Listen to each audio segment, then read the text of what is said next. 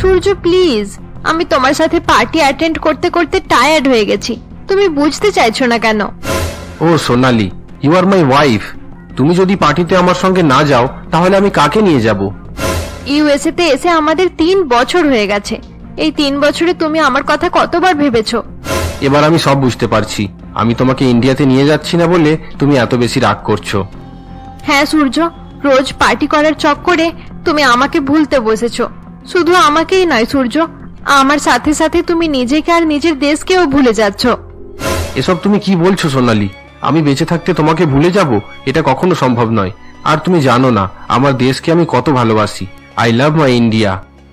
থাক থাক, আর এত বেশি ডায়লগ দিতে হবে না, আমি তোমাকে খুব ভালো করেই চিনি।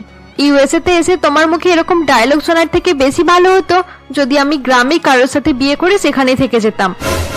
আচ্ছা ঠিক আছে, শোনো, তুমি এত বেশি রাগ করো না। আমরা এই মাসেই ইন্ডিয়া যাব, ওকে? কিন্তু এখন তুমি বেশি কথা না বলে আমার সাথে পার্টিতে চলো, আমাদের অনেক লেট হয়ে যাচ্ছে। আচ্ছা ঠিক আছে, চলো। সোনালি এবং সূর্যের অ্যারেঞ্জ ম্যারেজ হয়েছিল। বিয়ের পর দুজনেই একে অপরকে খুব ভালোবাসতে শুরু করে, কিন্তু সূর্য তার কাজ এবং বিদেশি বন্ধুদেরকে নিয়ে এত বেশি ব্যস্ত হয়ে পড়ে যে ধীরে ধীরে তার সোনালির সাথে সময় কাটানো কমে যেতে থাকে।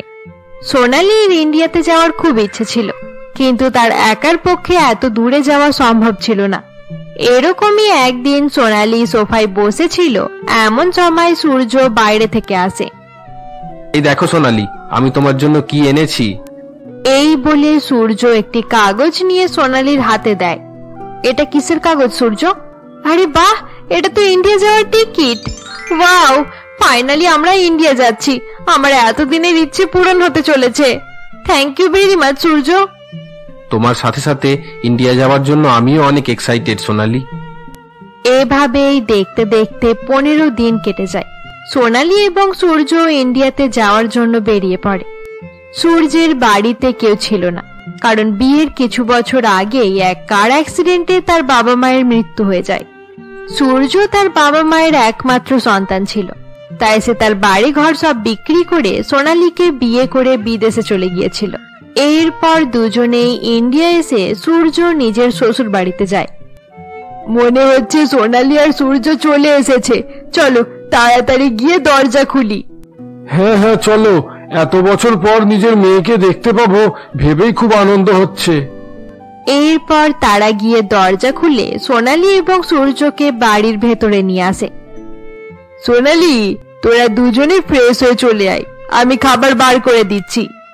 এরপর তারা দুজনেই ফ্রেশ হয়ে ডিনার করার জন্য খাবার টেবিলে চলে আসে। নে সোনালি, এবার তাড়াতাড়ি খাওয়া শুরু করে দে, আজ আমি তোর আর জামাইয়ের পছন্দের সব খাবার বানিয়েছি। এভাবেই তারা গল্প করতে করতে খাওয়া দাওয়া শেষ করে।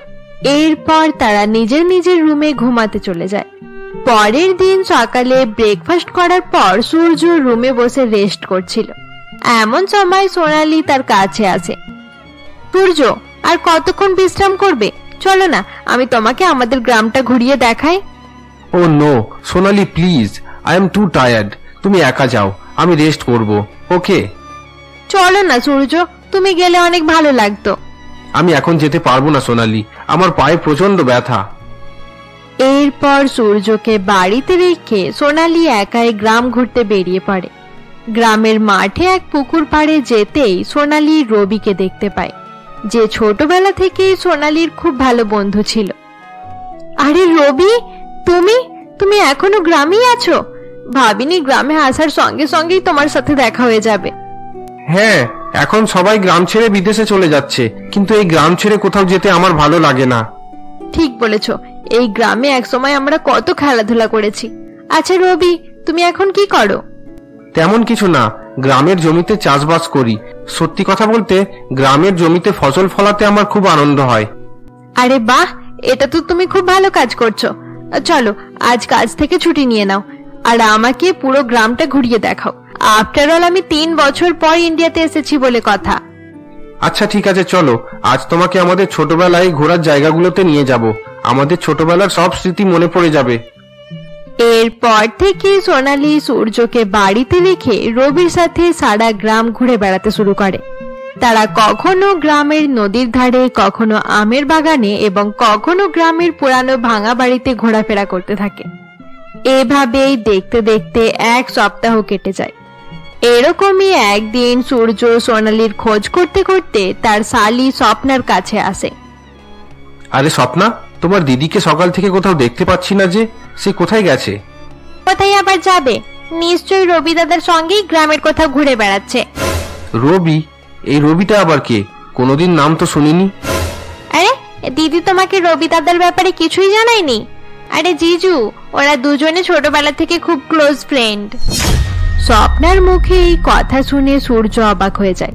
তার বউয়ের যে একজন পুরানো বন্ধু আছে, সেটাও যে আবার ছেলে, এই কথা শুনে সূর্যের খুব অদ্ভুত লাগে। কিন্তু সে কোনো রিয়াক্ট না করে সরাসরি সোনালীকে খুঁজতে বাড়ি থেকে বেরিয়ে পড়ে।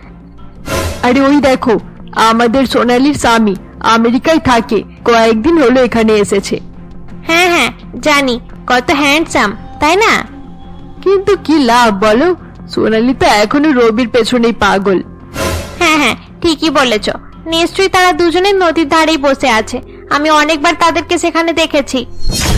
সূর্য মহিলাগুলোর কথা শুনতে পেয়ে সরাসরি নদীর দিকে চলে যায়। তুমি বলো সোনালী, এখন আমি কিভাবে বাঁচবো, কিভাবে আগের মতো খুশি থাকবো? কিছুই ঠিকঠাক চলছে না। আমি এখন তোমাকে কিভাবে সাহায্য করব রবি? আমার তো বিয়ে হয়ে গেছে। পরের সপ্তাহে আমি আমার স্বামীর সাথে ইউএস ফিরে যাব। তারপর আমরা দুজন আর কখনো দেখা করতে পারবো না। সূর্য সেখানে দাঁড়িয়ে সোনালী এবং রবির সমস্ত কথা শুনে ফেলে। এরপর সে প্রচন্ড রেগে গিয়ে সোনালীর কাছে এসে বলে, সোনালী, এবার আমি তোমাকে খুব ভালো করেই চিনতে পেরে গেছি। তুমি আমাকে বাড়িতে একা ফেলে রেখে এই রবির সঙ্গে দেখা করতে এসেছিলে। আরে সেরকম কোনো কথা নেই সূর্য, তুমি আমাকে ভুল ভাবছো। আমি নিজের চোখে তোমাকে দেখেছি এই রবির সাথে মিষ্টি মিষ্টি কথা বলতে, আর তুমি আমাকে মিথ্যে প্রমাণ করার চেষ্টা করছো।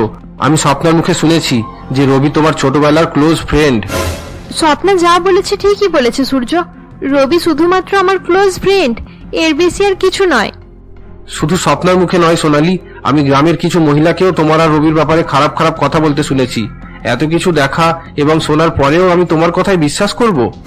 সূর্য প্লিজ ট্রাই টু আন্ডারস্ট্যান্ড, তুমি আমাকে ভুল ভাবছো সূর্য। এবার আমি কিছু শুনতে চাই না। আমি ইউএসএ যাব, কিন্তু তোমাকে আমার সাথে নিয়ে যাব না। তুমি তোমার গ্রামেই থাকো। এখন বুঝতে পারছি তুমি কেন ইন্ডিয়া আসার জন্য আমার সাথে ঝামেলা করতে। এরপর থেকে যখনই সোনালী সূর্যের কাছে কিছু বলতে চাইতো, সে সেখান থেকে উঠে চলে যেতে শুরু করে। সূর্যকে এখন কিভাবে বোঝাবো? সে তো আমার কোনো কথাই শুনতে চাইছে না। আমার সমস্যার কথা আমি পরে ভাববো, এখন আমাকে রবির বাড়ি যেতে হবে। রাতের অন্ধকারে সোনালী চুপি চুপি বাড়ি থেকে বেরিয়ে রবির বাড়ির দিকে চলে যায়। সূর্য আড়াল থেকে এসব কিছু দেখছিল। তার রাগারাগি করার পরেও সোনালীকে রবির কাছে যেতে দেখে সূর্যের রাগ আরো বেশি বেড়ে যায়। সোনালী যে এত নিচে নেমে যাবে আমি কখনো ভাবিনি। জানি না আমি এখনো কেন এখানে পড়ে আছি। কাল সকাল হলেই এখান থেকে চলে যাব, কোনো হোটেলে কয়েকদিন থেকে তারপর ইউএস চলে যাব। আমি এই সোনালীর মুখ আর দেখতে চাই না। কিছুক্ষণ পর সোনালী বাড়ি ফিরে আসে, কিন্তু সূর্য তখনও তার সাথে কথা বলে না। সোনালীও সূর্যের সাথে কথা বলার চেষ্টা করে না। এরপর তারা দুজনে ঘুমিয়ে পড়ে। পরের দিন সকাল হতেই সূর্য তার সমস্ত জিনিসপত্র গুছিয়ে নেয় এবং কাউকে কিছু না জানিয়ে চুপচাপ শ্বশুরবাড়ি থেকে বেরিয়ে একটি ট্যাক্সিতে গিয়ে উঠে পড়ে। আরে দাদা, আপনি গাড়ির স্পিড একটু বাড়ান। গাড়ি এত ধীরে ধীরে চালালে কাল পর্যন্ত আমি হোটেলে পৌঁছাতে পারবো না। স্যার, এটা আপনার বিদেশ নয়, আমাদের গ্রাম। গ্রামে গরু, বাছুর, কুকুর যে কেউ রাস্তায় আসতে পারে, তাই এই স্পিডেই গাড়ি চালাতে হবে। আচ্ছা ঠিক আছে, আপনার যেটা ভালো মনে হয় সেটাই করুন। আরে দাদা, একটু সামনে দেখুন, একজন মহিলা লিফট চাইছে বলে মনে হচ্ছে। হ্যাঁ, মনে হচ্ছে লিফট চাইছে। এত নির্জন রাস্তায় কোনো গাড়ি পাওয়া মুশকিল, তাকে লিফট দিলে ভালোই হবে। ড্রাইভার এই বলে গাড়ি থামিয়ে দেয় এবং মেয়েটিকে গাড়িতে বসিয়ে আবার গাড়ি চালাতে শুরু করে। আপনি কোথায় যাবেন? এই সামনেই বাজার পর্যন্ত যাব। ঠিক আছে, এই গাড়িতেই আপনি বাজার পর্যন্ত যেতে পারবেন। তার জন্য আপনাকে ভাড়াও দিতে হবে না। আপনি নিশ্চিন্ত হয়ে বসুন। ধন্যবাদ স্যার, আমার নাম দেবিকা, আমি এই গ্রামেই থাকি। আপনি এখানের কোথায় থাকেন? আমি গ্রামে থাকি না, ইউএসএ থেকে এসেছি। এখানে আমার শ্বশুর বাড়ি। ও তাহলে আপনি সেই সূর্য, আমাদের সোনালীর স্বামী? হ্যাঁ, আমি সোনালীর স্বামী। আপনার স্ত্রী খুব ভালো মানুষ, সে আমাদেরকে অনেক সাহায্য করেছে।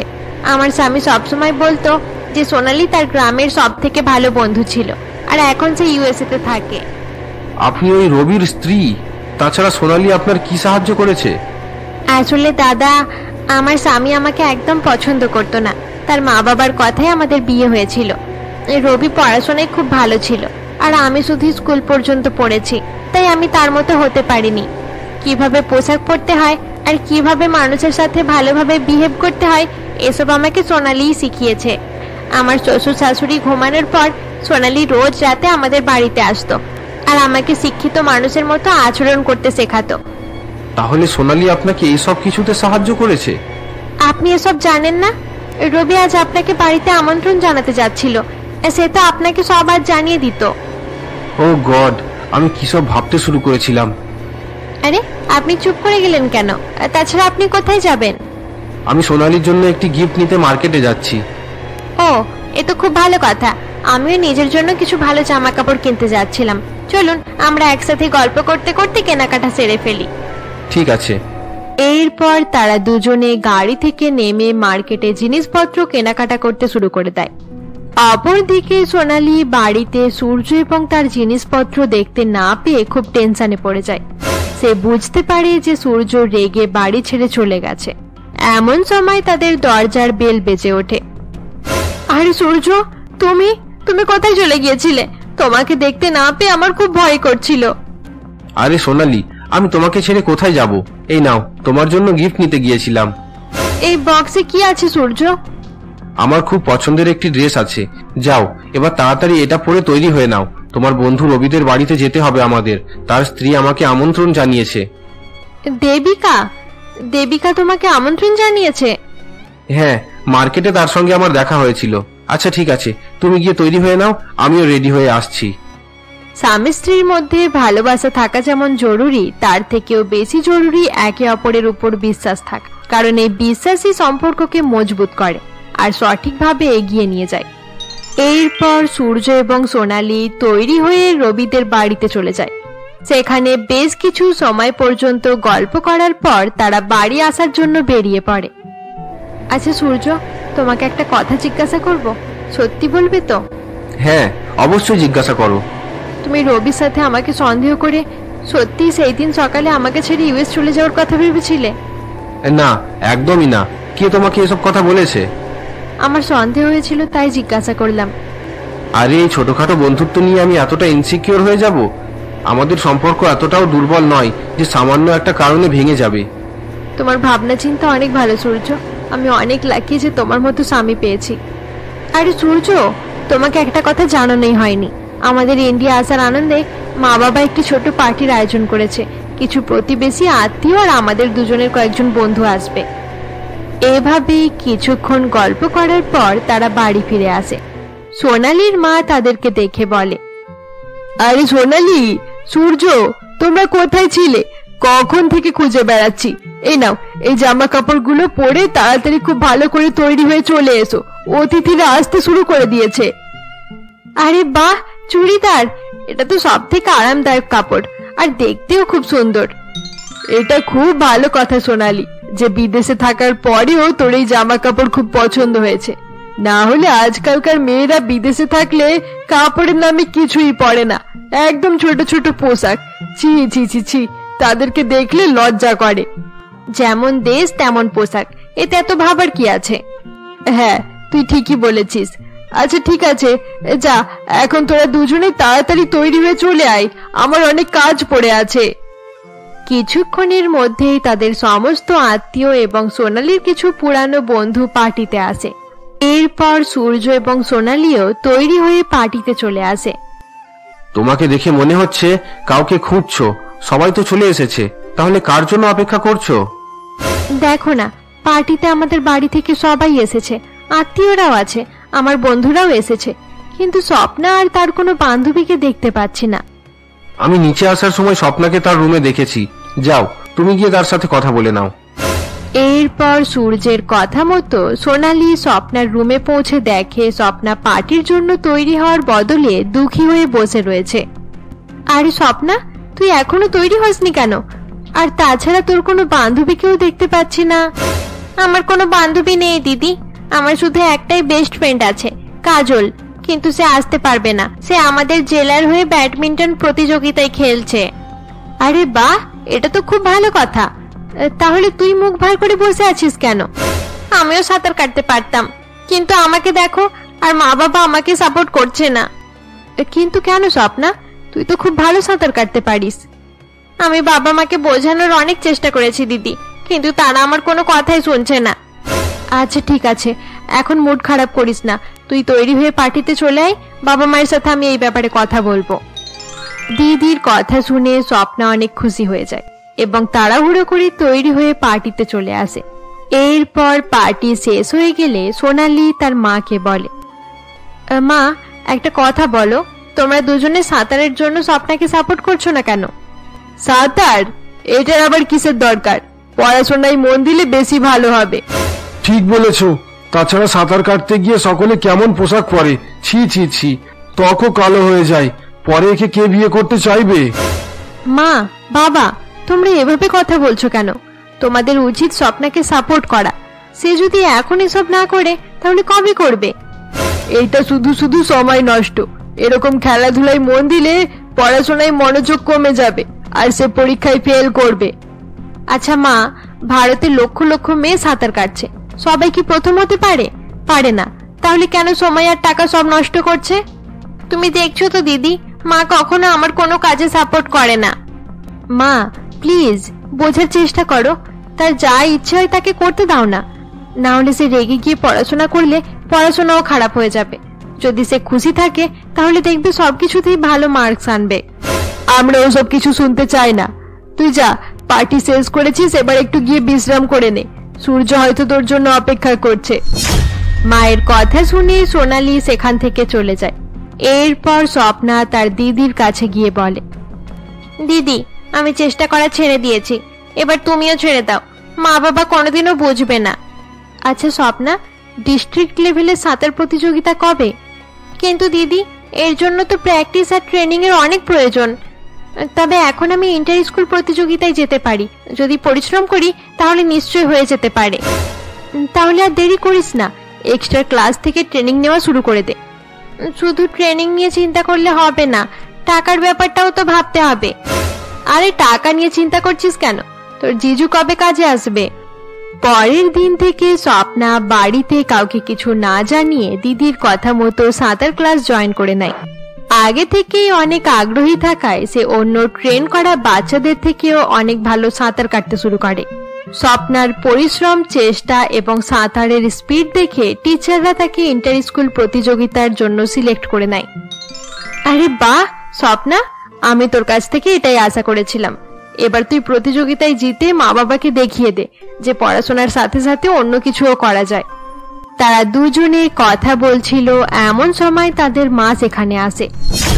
স্বপ্না, বেশ কিছুদিন থেকে লক্ষ্য করছি তুই দিন দিন কালো হয়ে যাচ্ছিস। আরে মা, গরম কতটা পড়েছে দেখছো না? এত গরমে তো যে কেউই কালো হয়ে যাবে। দিদির সাপোর্টে স্বপ্না আরো বেশি বেশি প্র্যাকটিস করতে শুরু করে এবং দেখতে দেখতে ইন্টার স্কুল প্রতিযোগিতার দিন চলে আসে। সেখানে স্বপ্না প্রথম স্থান অধিকার করে। এরপর সূর্য একদিন জানতে পারে যে স্বপ্না বাবা মায়ের থেকে লুকিয়ে সাঁতার কাটা শিখছে। এটা তো ঠিক নয়, তোমরা দুজনে বাবা মায়ের কাছ থেকে এই কথাটি এখনো লুকিয়ে রেখেছো। প্লিজ জিজু, মা বাবাকে কিছু জানিও না, তুমি শুধু আমার আরেকটু হেল্প করে দাও। ডিস্ট্রিক্ট লেভেলের প্রতিযোগিতায় জিতে গেলে আমি বাবা মাকে সবকিছু জানিয়ে দেব। আচ্ছা ঠিক আছে, এত ভালো করে বললে কথা না রেখে কিভাবে থাকতে পারি। কয়েকদিন পর ডিস্ট্রিক্ট লেভেলের প্রতিযোগিতা শুরু হয়ে যায়। প্রতিযোগিতা অনেক টাফ ছিল, কারণ এর জন্য অনেক প্র্যাকটিসের প্রয়োজন। কিন্তু স্বপ্না অনেক কম সময়ে প্রস্তুত হয়েছিল, তাই প্রতিযোগিতায় সে তৃতীয় স্থান অধিকার করে। এতেও সে অনেক বেশি খুশি ছিল। প্রতিযোগিতার নিউজ টিভিতে দেখানোয় স্বপ্নার বাবা মা তার ব্যাপারে সমস্ত কিছু জানতে পেরে যায়। আমাদের থেকে লুকিয়ে তোরা এসব কিছু করছিলিস, তাই আমি ভাবছিলাম স্বপ্না এত বেশি খাবার খাচ্ছে কবে থেকে, আর পড়াশোনাও সময় মতো শেষ করে ফেলছিল যাতে সে দ্রুত গিয়ে ঘুমাতে পারে। আমরা তোমাকে নিয়ে অনেক গর্বিত স্বপ্না। এবার তোমার ভালো সাঁতারের জন্য যা যা প্রয়োজন আমরা তোমাকে সবকিছুতে সাহায্য করব। আর তুমি সাঁতারের সাথে সাথে নিজের পড়াশোনার দিকেও ভালো করে গুরুত্ব দাও। হ্যাঁ বাবা, অবশ্যই। আর কালকের সংবাদপত্রে আমার ছবিও দেখে নিও। মা, এখন তোমার সাঁতারের পোশাক নিয়ে আর কোনো সমস্যা নেই তো? সমস্যা? আরে তুই তো বলেছিলিস যেমন দেশ তেমন পোশাক। সুইমিং এর পোশাক না পরলে আমার মেয়ে কিভাবে ভালো সাঁতার কাটবে? এভাবেই তারা সকলে একসঙ্গে বসে গল্প করতে থাকে। এরপর দুপুরের খাওয়া দাওয়া শেষ করে তারা নিজের নিজের রুমে চলে যায়। সূর্য, তুমি জানো স্বপ্নার সাঁতার প্রতিযোগিতায় জয়লাভ করার পর থেকে আমাদের এলাকার অনেক বাবা মা তাদের বাচ্চাদেরকে সাঁতারের কোচিং দিচ্ছে। ওয়াও, এটা তো খুব ভালো কথা। পড়াশোনার পাশাপাশি খেলাধুলাও খুব গুরুত্বপূর্ণ। শেষ পর্যন্ত বাবা মায়েরা এই কথা বুঝতে পেরেছে, তাই না? হ্যাঁ, বুঝতে তো হবেই, কারণ পৃথিবী এত এগিয়ে গেছে আর কিছু লোক এখনো সেই পুরানো জিনিসকে যুক্তি ছাড়াই মেনে চলেছে। দুজনে বসে গল্প করছিল এমন সময় কবিতা সেখানে আসে। কে কি মানছে? না মা, সেরকম কিছু নয়, আমরা তো এমনিই কথা বলছিলাম। আচ্ছা ঠিক আছে, শোনো, তোমাদের ছুটি শেষ হতে আর মাত্র 15 দিন বাকি আছে। তোমরা দুজনে ভালো কোনো জায়গা থেকে ঘুরে এসো। এত গরমে বাইরে বেরোতেই মন চাইছে না, তাই আমি আমার এক বিদেশি বন্ধুকে বাড়িতে ডেকে নিয়েছি। সে তার শাশুড়ির সঙ্গে এখানে আসবে। বিদেশি বন্ধু? তারা কখন আসছে? কাল সকালেই তারা ইউএস থেকে চলে আসবে। তাদের কিছু ইম্পর্টেন্ট কাজের জন্যই দেশে আসছে। আমি তাদেরকে ডাইরেক্ট এখানেই ডেকে নিয়েছি। কোনো সমস্যা নেই তো মা? আরে সমস্যা থাকতে যাবে কেন? আমাদের তো এতগুলো ঘর খালি পড়ে রয়েছে, তারা এখানে আরামে থাকতে পারবে। এভাবেই সেই দিনটা কেটে যায়। পরের দিন সকালে একটি ট্যাক্সি এসে সোনালীদের বাড়ির সামনে দাঁড়ায়। সেই ট্যাক্সি থেকে ডায়না এবং তার শাশুড়ি বেরিয়ে আসে। ম্যাডাম, আপনাদের 1000 টাকা ভাড়া হয়েছে। এয়ারপোর্ট থেকে সামান্য কিছুটা আসতে 1000 টাকা ভাড়া? 200 টাকার 1 টাকাও বেশি আমি দিতে পারবো না। হ্যাঁ, মম একদম ঠিকই বলছে। আমরা যদি এত টাকা ভাড়া দিয়ে দিই তাহলে এখানে ঘুরবো কিভাবে? ম্যাডাম, আপনি একজন বিদেশিকে নিয়ে ঘুরতে এসেছেন আর টাকা নেই। আপনার কাছে তো ডলার থাকবে। ও হ্যালো, আমি বিদেশি নয়, আমি ভারতীয়। ওহ সরি ম্যাডাম, আমি বুঝতে পারিনি। এই তোমাদের মতো কিছু মানুষের কারণেই আমাদের দেশে টুরিস্টরা আসতে চায় না। এবার নাও, এই 200 টাকা নিয়ে তাড়াতাড়ি এখান থেকে যাও, না হলে কিন্তু পুলিশ ডাকবো। এরপর ড্রাইভার ভয় পেয়ে 200 টাকা নিয়ে তাড়াহুড়ো করে সেখান থেকে চলে যায়। আরে বাহ শাশুড়ি মা, আমি যতটা ভাবতাম তুমি তো তার থেকে অনেক বেশি স্মার্ট। কার শাশুড়ি দেখতে হবে তো। এরপর তারা সোনালীদের বাড়ির ভেতরে যায় এবং সকলে একসঙ্গে হলরুমে বসে গল্প করতে শুরু করে। ও মাই গড সোনালী, কত বছর পর আমরা দেখা করলাম। ইয়েস, পুরো 3 বছর। আমি বিশ্বাসই করতে পারছি না যে আমরা আবার দেখা করলাম। উফ, এত গরম, গলা একেবারে শুকিয়ে যাচ্ছে। হ্যাঁ হ্যাঁ, আমি কথা বলতে বলতে একেবারে ভুলে গেছিলাম। এখনই জল নিয়ে আসছি। বলছি দিদি, জলের জায়গায় কোল্ড ড্রিঙ্কস নিয়ে আসুন। এই গরমে কোল্ড ড্রিঙ্কস খেতে বেশি ভালো লাগবে। আচ্ছা ঠিক আছে ঠিক আছে, আমি এখনই নিয়ে আসছি। আর হ্যাঁ, সঙ্গে স্ন্যাক্স নিয়ে আসবেন। সকালে খুব তাড়াতাড়ি বাড়ি থেকে বেরিয়ে এসেছিলাম, ভালো করে ব্রেকফাস্টটাও করতে পারিনি। আচ্ছা মা, চলো আমিও তোমার সাথে যাচ্ছি, তোমার একটু হেল্প করে দেব। এরপর সোনালী এবং তার মা রান্নাঘরে এসে তাদের জন্য জলখাবারের ব্যবস্থা করতে থাকে। ডায়নার শাশুড়ি তো অনেক ডেঞ্জারাস মহিলা। অন্যের বাড়িতে এসে কেউ এভাবে অর্ডার দিতে পারে? হ্যাঁ মা, আমারও খুব অদ্ভুত লাগছে। যাই হোক, 10 দিনের ব্যাপার, তুমি একটু ম্যানেজ করে নিও। 10 দিন কম নয় সোনালী, আমার তো ভেবেই মাথা কাজ করছে না।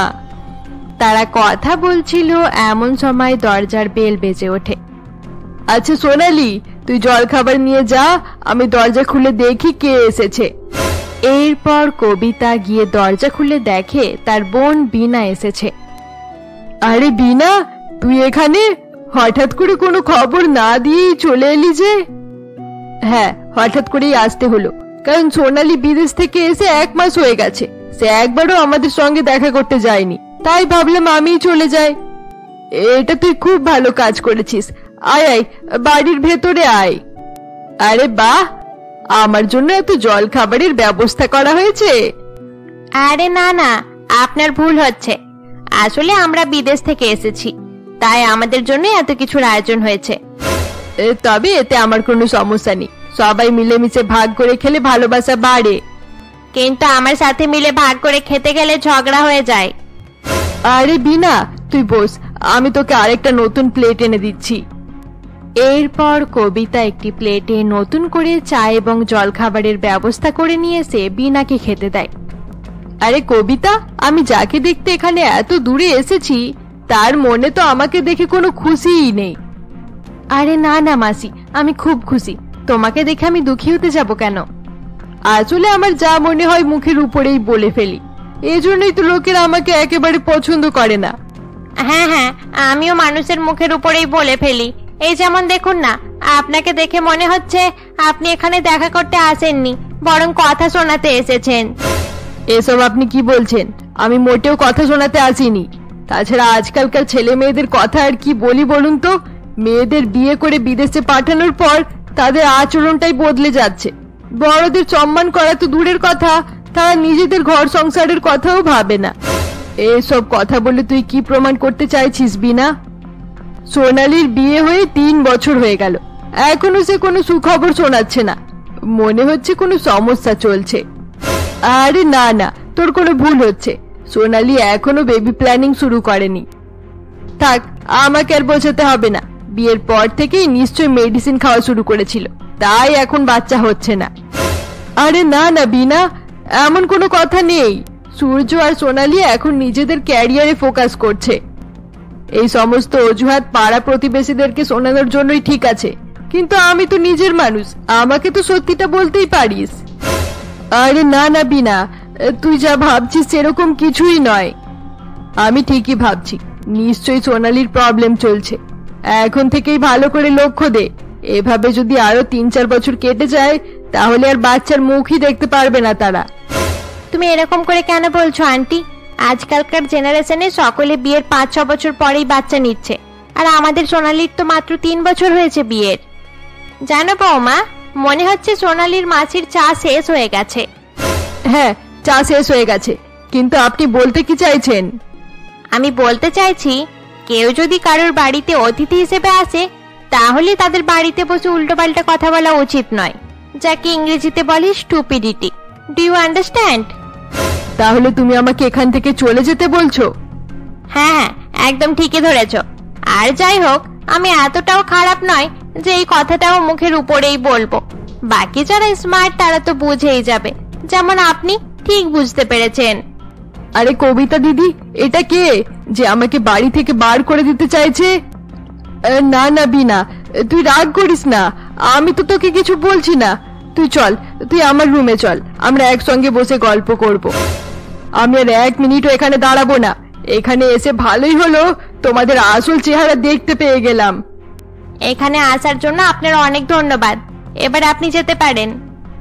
এরপর বিনা প্রচন্ড রাগ করে সেখান থেকে বেরিয়ে পড়ে। তার চলে যাওয়ার পর কবিতা ডাইনার শাশুড়িকে বলে, দেখুন আরতি দিদি, আপনি আমাদের অতিথি, আপনার এরকম ব্যবহার মানায় না। বিনা আমাদের পরিবারের সদস্য, সে এরকম 2-1টা কথা বলে ফেলে। আপনার তাকে এভাবে অপমান করা উচিত হয়নি। কবিতা দিদি, সবসময় একটা কথা ভালো করে মনে রাখবেন, এরকম আত্মীয় থাকার থেকে না থাকাই বেশি ভালো। আপনি তো বিনা দিদির রাগ দেখলেন, কিন্তু আপনার মেয়ে লজ্জায় যে মাথা নিচু করে বসে রয়েছে, আপনি তার মনের কষ্ট দেখতে পাচ্ছেন না। আপনি কি বোঝাতে চাইছেন আমাকে? আমি বলতে চাইছি, আপনার মধ্যে কিছু লোক আছে যারা আত্মীয় প্রতিবেশীর কথা শুনে তাদের আরো উৎসাহিত করে। যদি আপনি এই বিনাকে সমস্ত কথা বলাতে প্রথমেই আটকাতেন, তাহলে আজ সে সোনালীর ব্যক্তিগত জীবন নিয়ে কথা বলার সাহস পেত না। আপনার মেয়ের বাচ্চা কখন হবে এই নিয়ে সে কেন ভালো মন্দ বলবে, আর আপনিও চুপচাপ শুনে যাচ্ছেন। এটা কিন্তু আপনি ঠিকই বলেছেন। আপন লোকেরা সেই হয় যারা দুঃখের সময় আমাদের পাশে এসে দাঁড়ায়, আর এই বিনার মতো লোকেরা বাড়িতে আসে শুধু আগুনে ঘি দেওয়ার জন্যই। কবিতা এই বলে সোনালীর কাছে গিয়ে তাকে জড়িয়ে ধরে। সোনালী মা, তুই কষ্ট পাস না, এবার থেকে আমি সব সময় তোর সাপোর্ট করব। মা, তুমি চিন্তা করো না, আমি ঠিক আছি। আন্টি, আপনার অনেক ধন্যবাদ। আচ্ছা ঠিক আছে, এবার যাও, তোমরা দুই বান্ধবী এতদিন পর দেখা করেছো, যাও তোমরা গিয়ে জমিয়ে গল্প করো। দিদি, আপনি এক কাজ করুন, এতদিন পর গ্রামে ফিরেছেন, আমাদের ড্রাইভারের সাথে গিয়ে পুরো গ্রামটা ঘুরে আসুন। হ্যাঁ হ্যাঁ, এটা আপনি খুব ভালো কথা বলেছেন। বিনার মুখ দেখেই আমার মেজাজটা খারাপ হয়ে গেছে, এবার গ্রামে ঘুরে মুডটা ঠিক করতে হবে। এরপর আরতি দেবী সেখান থেকে চলে যায় এবং সে গ্রামে ঘুরে বেড়াতে শুরু করে। আরে ডাইনা, তোর শাশুড়ি তো খুব ইন্টারেস্টিং মানুষ, তার সাথে দেখা করে আমার খুব ভালো লাগলো। হ্যাঁ রে, ঠিকই বলেছিস, আমার শাশুড়ি মা এখনকার জেনারেশনের মানুষের সঙ্গে তাল মিলিয়ে চলে, তার চিন্তা ভাবনা অনেক ভালো। এভাবেই ডাইনা এবং সোনালী একে অপরের সঙ্গে গল্প করতে থাকে। অপরদিকে ডাইনার শাশুড়ি আরতি দেবী গ্রামের নদীর ধারে এক মেয়েকে দুঃখী হয়ে বসে থাকতে দেখে তার কাছে যায়। আরে কে তুমি, আর এখানে বসে কান্নাকাটি করছো কেন? আমার নাম মিলি, আমার ভাগ্য খুব খারাপ, আমার আর বেঁচে থাকতে মন চায় না, কার জন্য বাঁচবো, আমার কেউ নেই। নিজের জন্য বাঁচো, জীবনে অন্য কারোর কাছ থেকে আশা করার থেকে নিজে স্বাধীন হয়ে বাঁচা খুব ভালো। নিজের জন্য বাঁচো এই কথাটা বলা খুব সহজ, কিন্তু গ্রামে এরকম হয় না আন্টি। বিয়ের 5 বছর হয়ে গেল, আমাদের বাচ্চা হচ্ছে না। আপনি শহর থেকে এসেছেন, তাই গ্রামের মেয়েদের কষ্ট আপনি বুঝবেন না। আমি বিদেশ থেকে এসেছি তো কি হয়েছে, আমি ছোটবেলা থেকে গ্রামেই মানুষ হয়েছি, 20 বছর পর্যন্ত এখানেই বড় হয়েছি। তুমি আমাকে নিজের দুঃখের ব্যাপারে জানাতে পারো। আন্টি, আমি এই গ্রামেরই বউ, আমার বিয়ে হয়ে 5 বছর হয়ে গেছে, কিন্তু আমার সন্তান হচ্ছে না। ডাক্তাররাও হাল ছেড়ে দিয়েছেন। এবার আপনি বলুন, বেঁচে থাকার জন্য আমার জীবনে আর কি আছে? এই সামান্য একটা কারণের জন্য তুমি প্রাণ দিতে চাইছো? আন্টি, এটা আপনার ছোট কারণ বলে মনে হচ্ছে? মিলি, আমার কথা মন দিয়ে শোনো, সমস্যায় হাসতে পারা মানুষই সংগ্রামকে মেনে নিয়ে সাফল্যের সিঁড়ি বেয়ে ওঠে। এই সমস্ত কথা শুধু বইয়েতেই ভালো লাগে আন্টি, এই সমস্ত কথাবার্তা সাধারণ গ্রামের মানুষের জীবনের জন্য কোনো কাজের নয়। মিলি এই সমস্ত কথা বলছিল, এমন সময় তার শাশুড়ি প্রচন্ড রাগী অবস্থায় সেখানে আসে। আরে ও মিলি, নদীর ধারে বসে কি করছো? বাড়ির সব কাজ পড়ে আছে আর তুমি মহারানীর মতো বসে গল্প করছো? একটা বাচ্চা তো জন্ম দিতে পারোনি, এখন বাড়ির কাজও ঠিকঠাক করতে পারছো না। এবার তোমাকে ধাক্কা মেরে বাড়ি থেকে বার করতে হবে দেখছি। এই তো মা, আমি এখনই আসছি। মিলির শাশুড়ি সেখান থেকে চলে গেলে আরতি দেবী তাকে বলে, এবার আমি সবকিছু বুঝতে পেরে গেছি, তোমার সাথে খুব খারাপ ব্যবহার করা হয়। আচ্ছা মিলি, তুমি একটা কাজ করতে পারো তো, অনাথ আশ্রম থেকে একটি বাচ্চা নিয়ে এসে তাকে তোমাদের নাম দাও। আমি এই বিষয়ে অনেক ভেবেছি আন্টি, আমার স্বামীও রাজি ছিল, কিন্তু আমার শ্বশুর শাশুড়ি কোনোভাবেই রাজি হচ্ছে না, তারা শুধু তাদের নিজের রক্তের বাচ্চা চায়। তবে এতে ভুলও কিছু নেই, সব বাবা মাই চায় তাদের উত্তরাধিকার যেন তাদের নিজের রক্তের হোক, কিন্তু এতে তো তোমার কোনো দোষ নেই। আচ্ছা ঠিক আছে আন্টি, এবার আমি যাই, দেরি হয়ে গেলে শাশুড়ি মা আবার কথা শোনাবে। এরপর মিলি সেখান থেকে চলে যায়। তার চলে যাওয়ার পর আরতি দেবী তার কথা ভাবতে ভাবতে বাড়ি ফিরে আসে। সে বাড়ি ফিরে দেখে সোনালীর স্বামী সূর্য সোফায় বসে ল্যাপটপ ঘাটাঘাটি করছে। আরে আন্টি, আপনি চলে এসেছেন, গ্রামে ঘুরে কেমন লাগলো? আমার তো অনেক ভালো লেগেছে, কত বছর পর এরকম গ্রাম ঘুরে দেখলাম। আচ্ছা বাবা সূর্য, তুমি ছুটিতে এসেও অফিসের কাজে বসে পড়েছো কেন? আরে না না আন্টি, আমি অফিসের কাজ করছি না, আসলে আমি একটি অনাথ আশ্রমে টাকা পাঠাচ্ছি। আরে বাহ, এটা তো খুব ভালো কথা, খুব ভালো কাজ করছো। প্রত্যেক মাসে 100 থেকে 200 টাকা অনাথ আশ্রমে পাঠানো উচিত। 100 টাকায় আজকাল কি হয় আন্টি, আমি প্রতি মাসে 20,000 টাকা পাঠাই। 20,000 টাকা? আরে সূর্য, তুমি পাগল হয়ে গেছো। লোকেরা বিদেশে গিয়ে টাকা ইনকাম করে যাতে ভারতে ফিরে এসে টাকার অভাব না থাকে, কিন্তু তুমি তো সব টাকা উড়িয়ে দিচ্ছ। আর তুমি জানো, ইন্ডিয়াতে অনেক লোকের বেতন 20,000 টাকারও কম। হ্যাঁ আন্টি, সব জানি, কিন্তু অনাথ আশ্রমের বাচ্চারাও তো আমাদের দায়িত্ব। সবাই যদি শুধু নিজের কথা ভাবে তাহলে তাদেরকে কে দেখবে? তবে যাই হোক, এত টাকা তাদের পেছনে নষ্ট করা কোনোভাবেই উচিত নয়। এভাবেই গল্প করতে করতে সেই দিনটা কেটে যায়। পরের দিন বিকালে সূর্য এবং আরতি দেবী একসঙ্গে বসে চা খাচ্ছিল।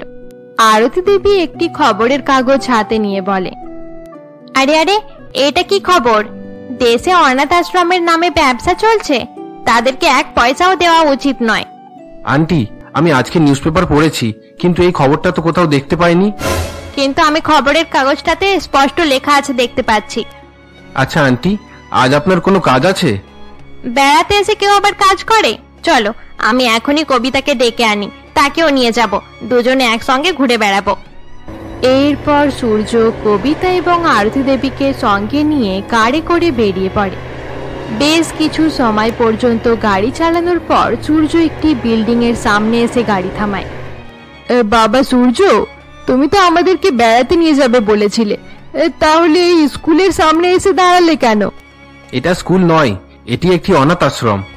আশ্রমের ভেতরে আসুন, আপনাদেরকে অনেক কিছু দেখানোর আছে। আরতি এবং কবিতা অনাথ আশ্রমের ভেতরে যেতেই তারা অবাক হয়ে অনাথ বাচ্চাগুলোর দিকে তাকিয়ে থাকে। বাচ্চাগুলোর অবস্থা দেখে আরতি এবং কবিতার চোখে জল চলে আসে। তারা খুব ভালোভাবেই বুঝতে পেরে যায় যে অনাথ আশ্রমে বাচ্চাগুলো কত কষ্ট করে মানুষ হচ্ছে। আরে সূর্য, এই বাচ্চারা তো খুব খারাপ অবস্থায় আছে, তাদের পরনে ভালো জামা কাপড়ও নেই, তাছাড়া দেখে মনে হচ্ছে তারা যথেষ্ট খাবারও পাচ্ছে না। তুমি ঠিকই বলেছো সূর্য, আমি তো ভেবেছিলাম অনাথ আশ্রম শুধু ব্যবসা করার জন্যই খোলা হয়েছে, ধনী লোকদের কাছ থেকে টাকা লুট করে তারা মজা করছে, কিন্তু আসল সত্যি তো অন্য কিছু। হ্যাঁ আন্টি, তাদের 3 বেলা ভালো করে খাবার জোটে না, তাই তো আমরা তাদেরকে একটি ভালো জীবন দেওয়ার চেষ্টা করছি। আমার বেতন থেকে কিছু অংশ তাদের লালন পালনের জন্য দান করে দিই। আরতি দেবী কথা বলছিল, এমন সময় তার চোখে পড়ে তার বিদেশি বৌমার ডায়নার উপরে। আরে, এটা তো আমার বিদেশি বউ মনে হচ্ছে। ডায়না? আরে মম, আপনি এখানে কি করছেন? প্রথমে তুমি বলো, তুমি আমাকে না জানিয়ে এখানে কি করতে এসেছো? আরে আন্টি, আপনি জানেন না, ডাইনাই আমাকে এনজিওর ব্যাপারে সমস্ত কিছু জানিয়েছিল, যাতে আমি তাদের সাহায্য করতে পারি। সে তো অনেক বছর থেকে এই অনাথ আশ্রমে দান করে আসছে। আরে বাহ ডায়না, তুমি খুব ভালো কাজ করছো। এই বাচ্চারা যদি ভালো বাড়ি পেয়ে যায় তাহলে তাদের জীবন সার্থক হয়ে যাবে। আরতি দেবী এই বলে কিছু চিন্তা ভাবনা করতে শুরু করে দেয়। তোমরা এখনই আমার সঙ্গে চলো, আমরা মিলির বাড়িতে যাব। কিন্তু মা, এই মিলিটা আবার কে? তোমরা আমার সাথে চলো, সবকিছু জানতে পেরে যাবে। এরপর কিছুক্ষণের মধ্যেই আরতি দেবী সকলকে নিয়ে মিলির শ্বশুর বাড়িতে পৌঁছায় এবং তার শ্বশুরকে একটি বাচ্চা দত্তক নেওয়ার জন্য রাজি করানোর চেষ্টা করে। না, এটা আমি কোনোভাবেই মানব না। বেশি বাড়াবাড়ি করলে মিলিকে বাড়ি থেকে বার করে দেব। আমাদের অন্য কারোর বাচ্চা দরকার নেই, আমাদের নিজের রক্তের সন্তান চাই। দাদা, বাচ্চারা তো ভগবানের রূপ, যদি আপনার কারণে কারো ভালো জীবন হয় তাহলে এর থেকে ভালো কাজ আর কি হতে পারে? হ্যাঁ, আর রক্তের কথা বলছেন, গত বছর যখন আপনার অ্যাক্সিডেন্ট হয়েছিল তখন তো আপনার বাড়ির চাকরি রক্ত দিয়ে আপনাকে বাঁচিয়েছিল, আর এখন আপনি কিভাবে রক্তকে নিজের আর পরের করতে পারেন, একটু ভালো করে ভেবে দেখুন। এভাবেই কিছুক্ষণ বোঝানোতে মিলির শ্বশুর শাশুড়ি বাচ্চা দত্তক নিতে রাজি হয়ে যায়। সত্যি কথা বলতে আমরা মিলিকে খুব ভালোবাসি, কিন্তু সে এখনো আমাদেরকে নাতি নাতনির মুখ দেখাতে পারেনি। এই কারণেই আমরা তাকে ভালো মন্দ কথা শুনিয়ে আসছি, কিন্তু এখন মনে হচ্ছে আমরা খুব দেরি করে ফেলেছি। যদি আগে থেকেই অনাথ আশ্রম থেকে একটি বাচ্চা নিয়ে আসতাম তাহলে এখন আমাদের পরিবার হাসি খুশিতে ভরে যেত।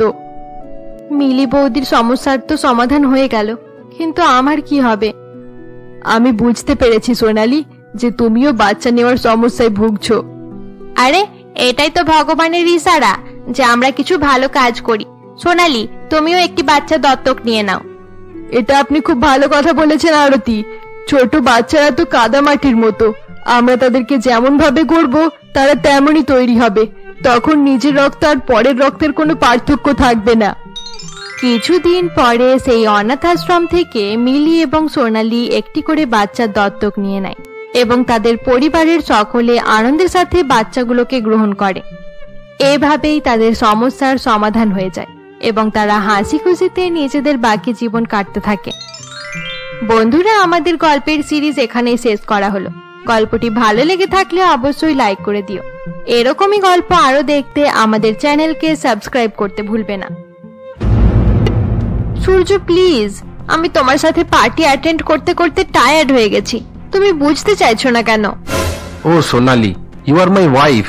তুমি যদি পার্টিতে আমার সঙ্গে না যাও তাহলে আমি কাকে নিয়ে যাব? ইউএসএ তে এসে আমাদের 3 বছর হয়ে গেছে। এই 3 বছরে তুমি আমার কথা কতবার ভেবেছো? এবার আমি সব বুঝতে পারছি। আমি তোমাকে ইন্ডিয়াতে নিয়ে যাচ্ছি না বলে তুমি এত বেশি রাগ করছো। হ্যাঁ সূর্য, রোজ পার্টি করার চক্করে তুমি আমাকে ভুলতে বসেছো। শুধু আমাকেই নয় সূর্য, আমার সাথে সাথে তুমি নিজেকে আর নিজের দেশকেও ভুলে যাচ্ছ। এসব তুমি কি বলছো সোনালি? আমি বেঁচে থাকতে তোমাকে ভুলে যাব? এটা কখনো সম্ভব নয়। আর তুমি জানো না আমার দেশকে আমি কত ভালোবাসি। I love my India. থাক থাক, আর এত বেশি ডায়লগ দিতে হবে না। আমি তোমাকে খুব ভালো করেই চিনি। ইউএসএ তে এসে তোমার মুখে এরকম ডায়লগ শোনার থেকে বেশি ভালো হতো যদি আমি গ্রামে কারোর সাথে বিয়ে করে সেখানে থেকে যেতাম। আচ্ছা ঠিক আছে, শোনো, তুমি এত বেশি রাগ করো না। আমরা এই মাসেই ইন্ডিয়া যাব, ওকে? কিন্তু এখন তুমি বেশি কথা না বলে আমার সাথে পার্টিতে চলো, আমাদের অনেক লেট হয়ে যাচ্ছে। আচ্ছা ঠিক আছে, চলো। সোনালি এবং সূর্যের অ্যারেঞ্জ ম্যারেজ হয়েছিল। বিয়ের পর দুজনেই একে অপরকে খুব ভালোবাসতে শুরু করে। কিন্তু সূর্য তার কাজ এবং বিদেশি বন্ধুদেরকে নিয়ে এত বেশি ব্যস্ত হয়ে পড়ে যে ধীরে ধীরে তার সোনালির সাথে সময় কাটানো কমে যেতে থাকে। সোনালির ইন্ডিয়াতে যাওয়ার খুব ইচ্ছে ছিল, কিন্তু তার একার পক্ষে এত দূরে যাওয়া সম্ভব ছিল না। এরকমই একদিন সোনালি সোফায় বসেছিল, এমন সময় সূর্য বাইরে থেকে আসে। এই দেখো সোনালি, আমি তোমার জন্য কি এনেছি। এই বলে সূর্য একটি কাগজ নিয়ে সোনালির হাতে দেয়। এটা কিসের কাগজ সূর্য? আরে বাহ, এটা তো ইন্ডিয়া যাওয়ার টিকিট। ওয়াও, ফাইনালি আমরা ইন্ডিয়া যাচ্ছি।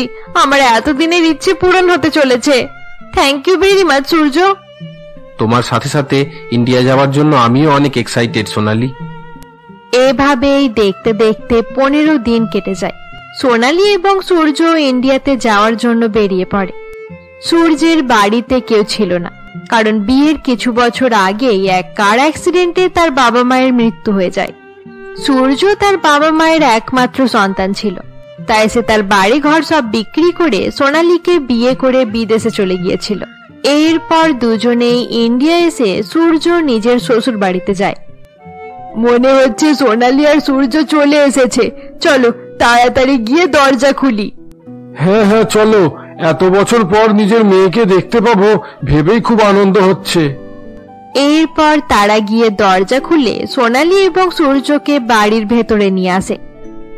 সোনালি, তোরা দুজনে ফ্রেশ হয়ে চলে আয়, আমি খাবার বার করে দিচ্ছি। এরপর তারা দুজনেই ফ্রেশ হয়ে ডিনার করার জন্য খাবার টেবিলে চলে আসে। নে সোনালি, এবার তাড়াতাড়ি খাওয়া শুরু করে দে। আজ আমি তোর আর জামাইয়ের পছন্দের সব খাবার বানিয়েছি। এভাবেই তারা গল্প করতে করতে খাওয়া দাওয়া শেষ করে।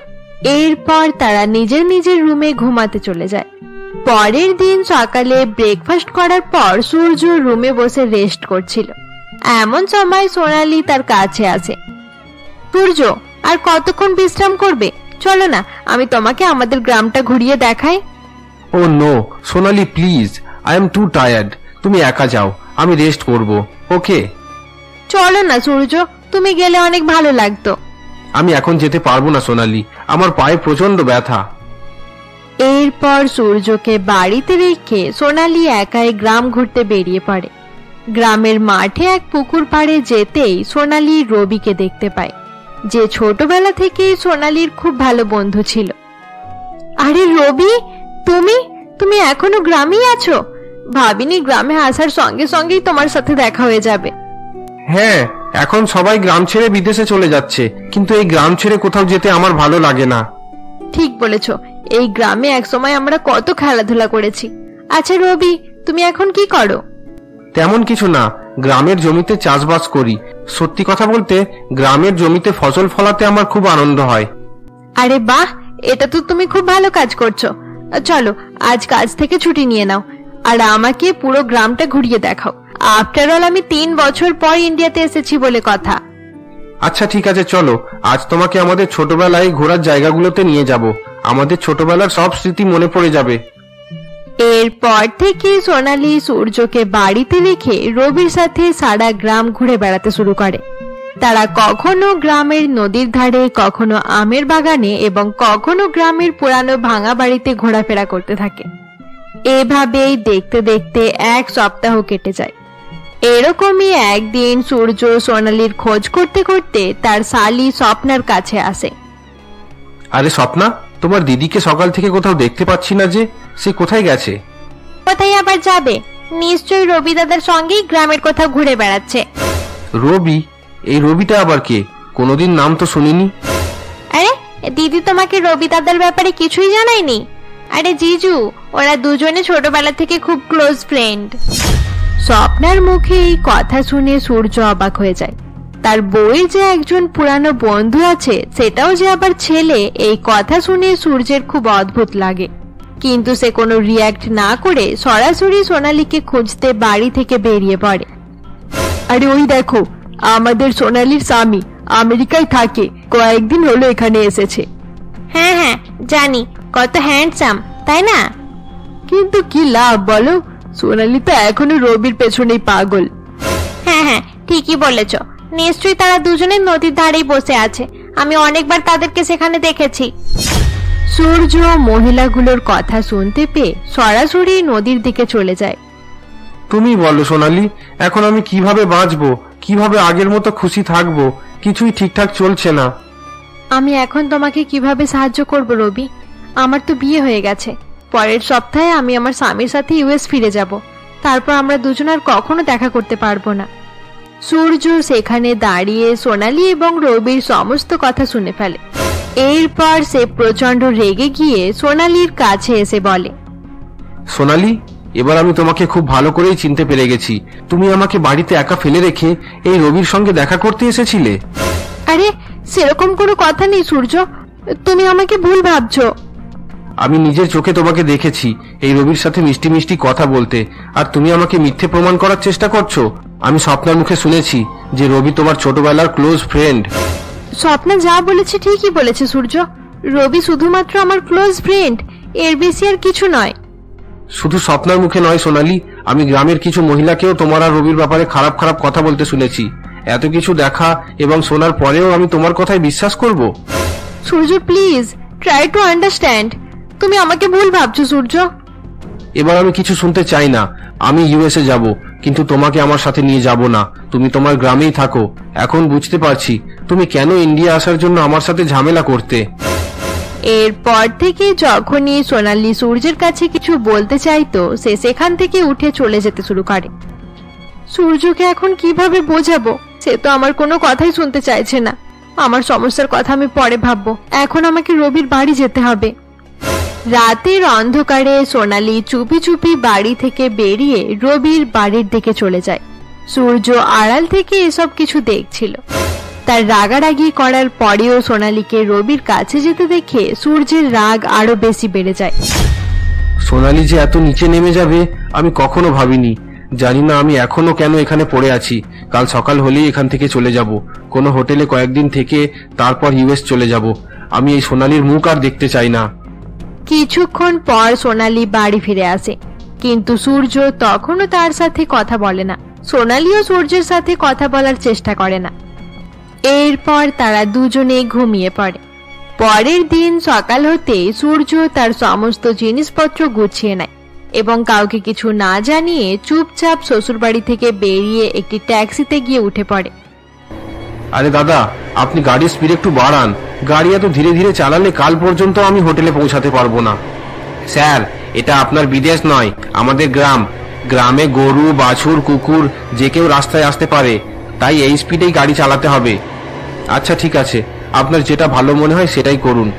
আরে দাদা, একটু সামনে দেখুন, একজন মহিলা লিফট চাইছে বলে মনে হচ্ছে। হ্যাঁ, মনে হচ্ছে লিফট চাইছে। এত নির্জন রাস্তায় কোনো গাড়ি পাওয়া মুশকিল, তাকে লিফট দিলে ভালোই হবে। ড্রাইভার এই বলে গাড়ি থামিয়ে দেয় এবং মেয়েটিকে গাড়িতে বসিয়ে আবার গাড়ি চালাতে শুরু করে। আপনি কোথায় যাবেন? এই সামনেই বাজার পর্যন্ত যাব। ঠিক আছে, এই গাড়িতেই আপনি বাজার পর্যন্ত যেতে পারবেন। তার জন্য আপনাকে ভাড়াও দিতে হবে না।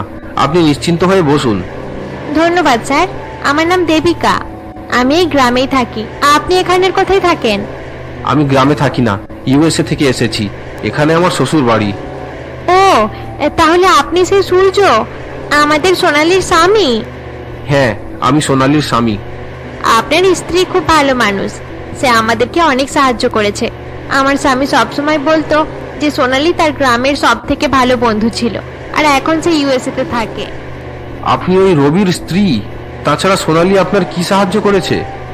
আসলে দাদা, আমার স্বামী আমাকে একদম পছন্দ করতো না। তার মা বাবার কথাই আমাদের বিয়ে হয়েছিল।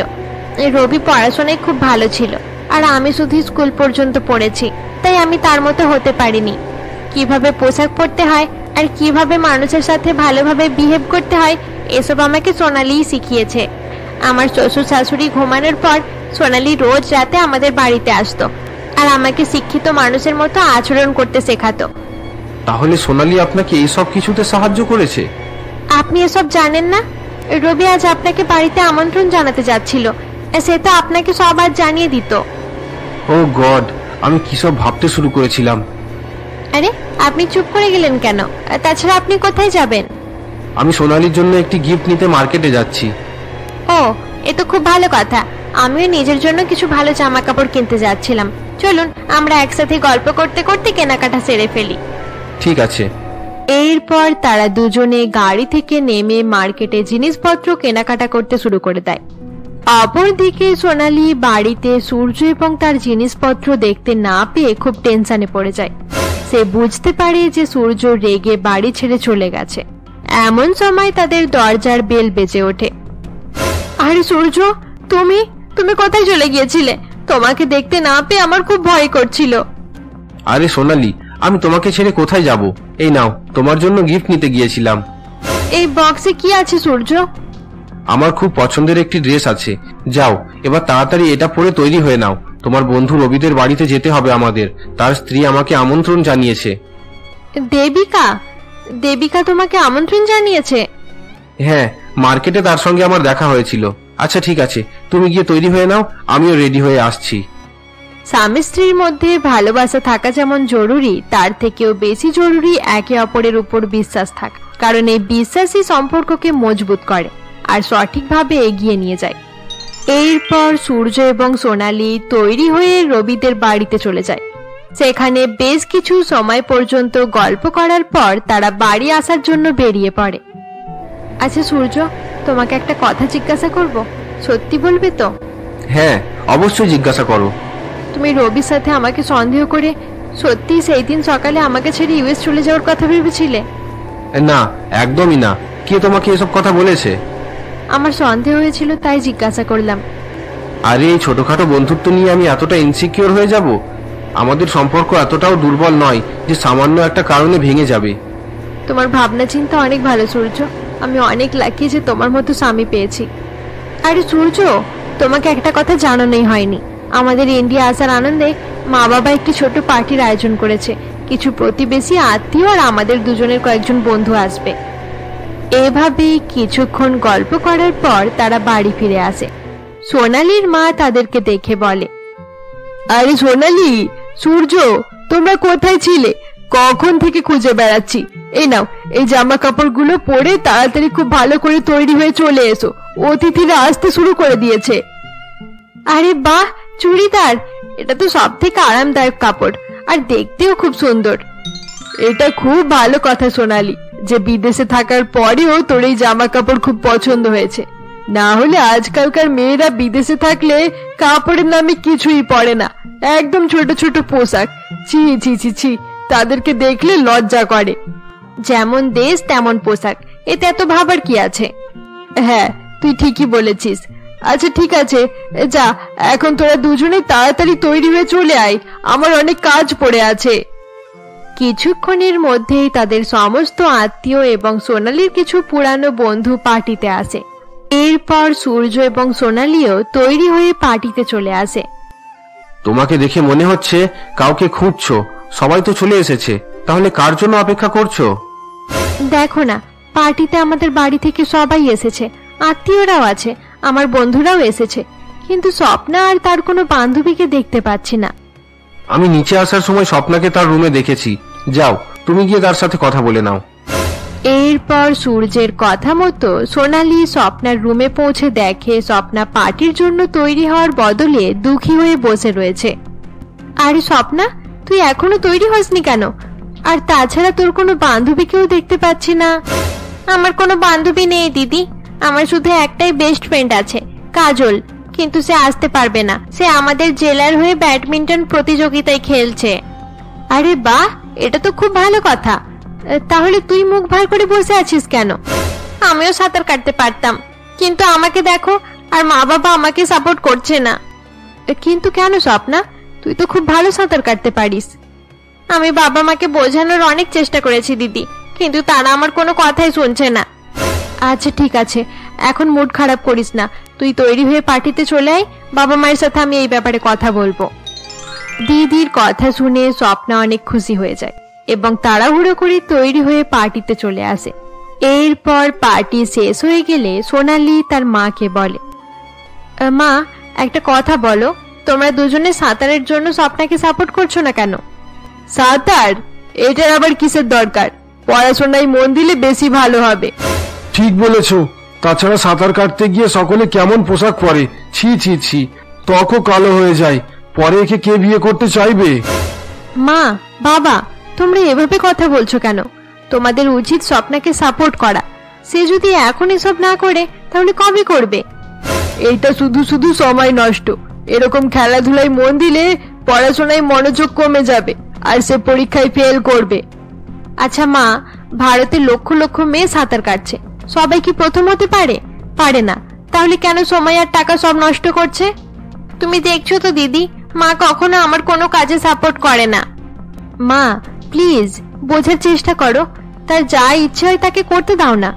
না হলে সে রেগে গিয়ে পড়াশোনা করলে পড়াশোনাও খারাপ হয়ে যাবে। যদি সে খুশি থাকে তাহলে দেখবে সবকিছুতেই ভালো মার্কস আনবে। আমরা ওসব কিছু শুনতে চাই না।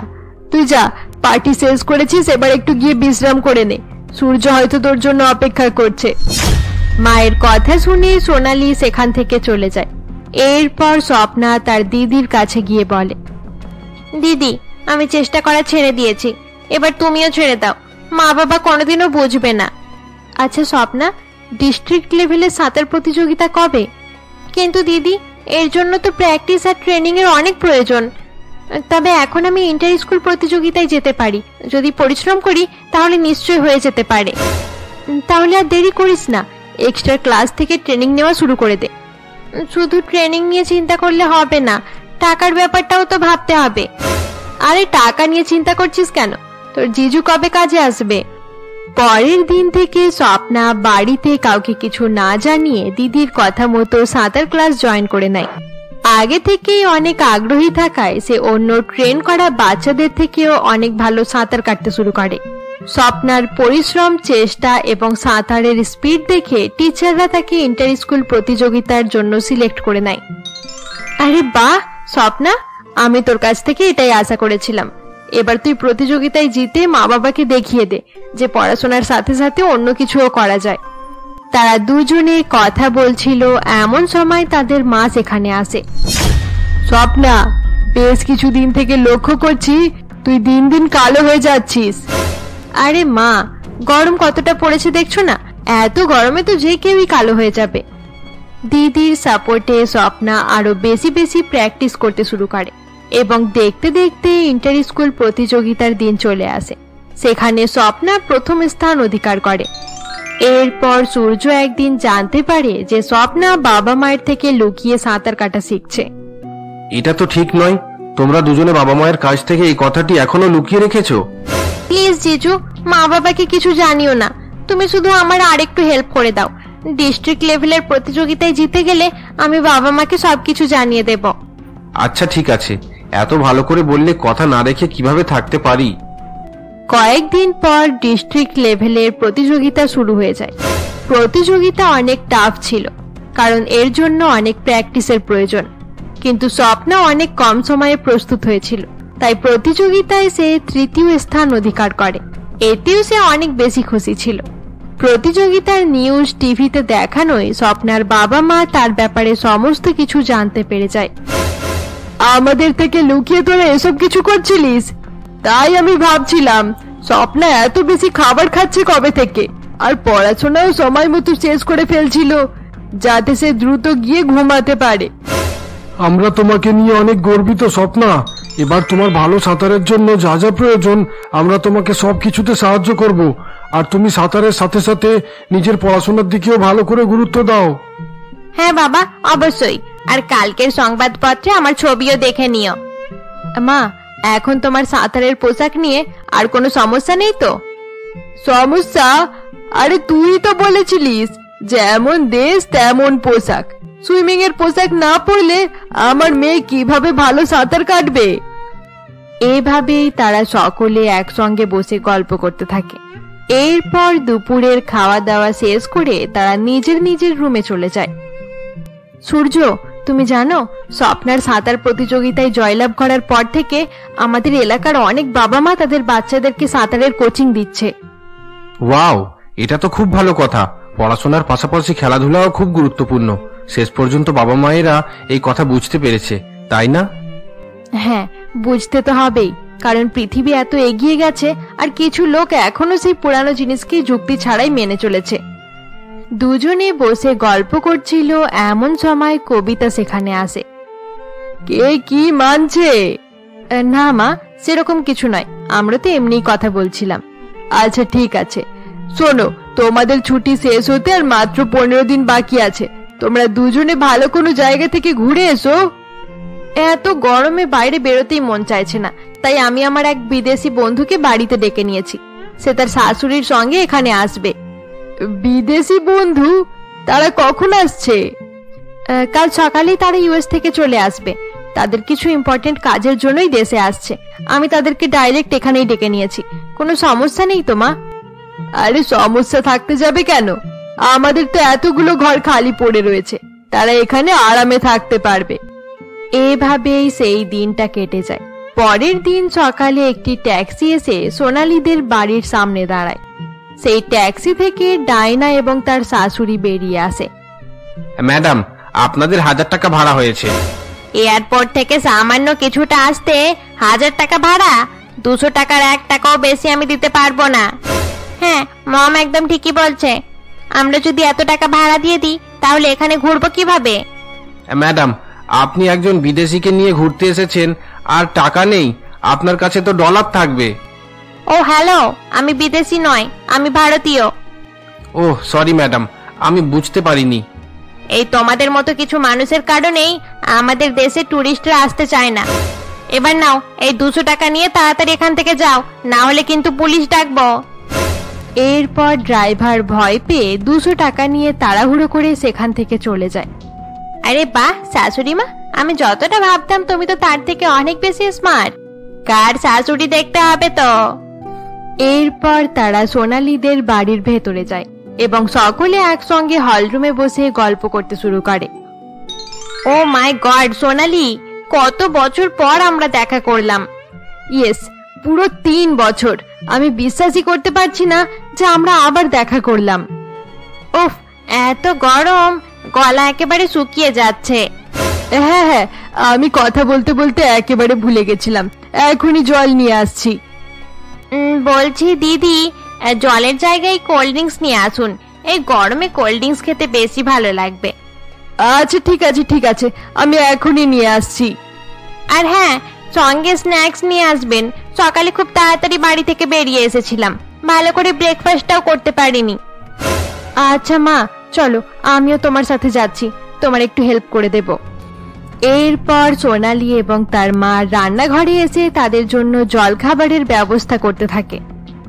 ডায়নার শাশুড়ি তো অনেক ডেঞ্জারাস মহিলা। অন্যের বাড়িতে এসে কেউ এভাবে অর্ডার দিতে পারে? হ্যাঁ মা, আমারও খুব অদ্ভুত লাগছে। যাই হোক, 10 দিনের ব্যাপার, তুমি একটু ম্যানেজ করে নিও।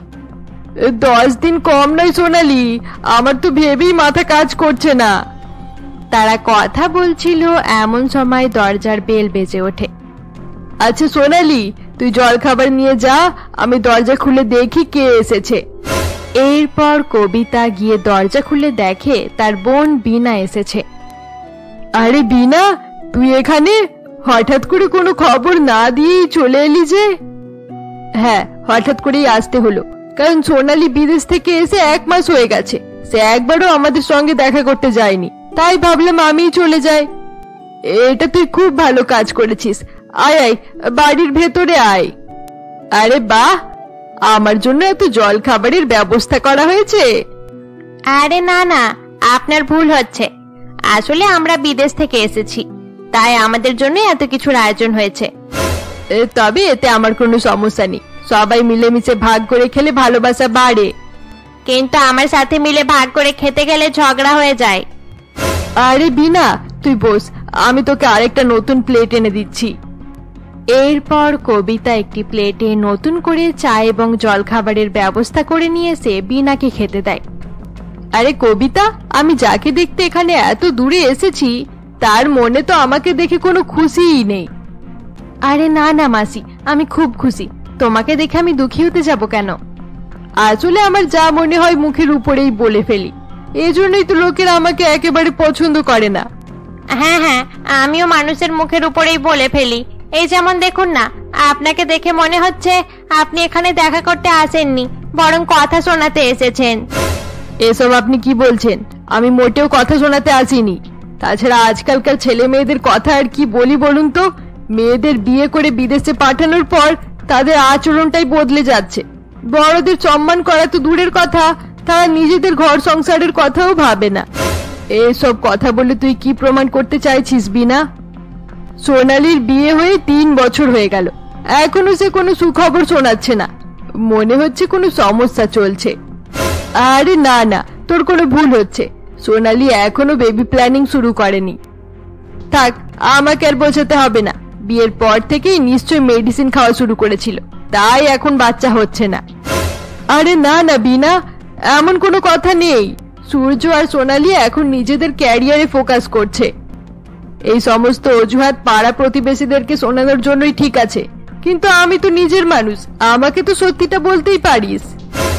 আরে না না বিনা, তুই যা ভাবছিস সেরকম কিছুই নয়। আমি ঠিকই ভাবছি, নিশ্চয়ই সোনালির প্রবলেম চলছে। এখন থেকেই ভালো করে লক্ষ্য দে। এভাবে যদি আরো 3-4 বছর কেটে যায় তাহলে আর বাচ্চার মুখই দেখতে পারবে না তারা। তুমি এরকম করে কেন বলছো আন্টি? আজকালকার জেনারেশনে সকলে বিয়ের 5-6 বছর পরেই বাচ্চা নিচ্ছে, আর আমাদের সোনালির তো মাত্র 3 বছর হয়েছে বিয়ের। জানো বৌমা, মনে হচ্ছে সোনালির মাছির চা শেষ হয়ে গেছে।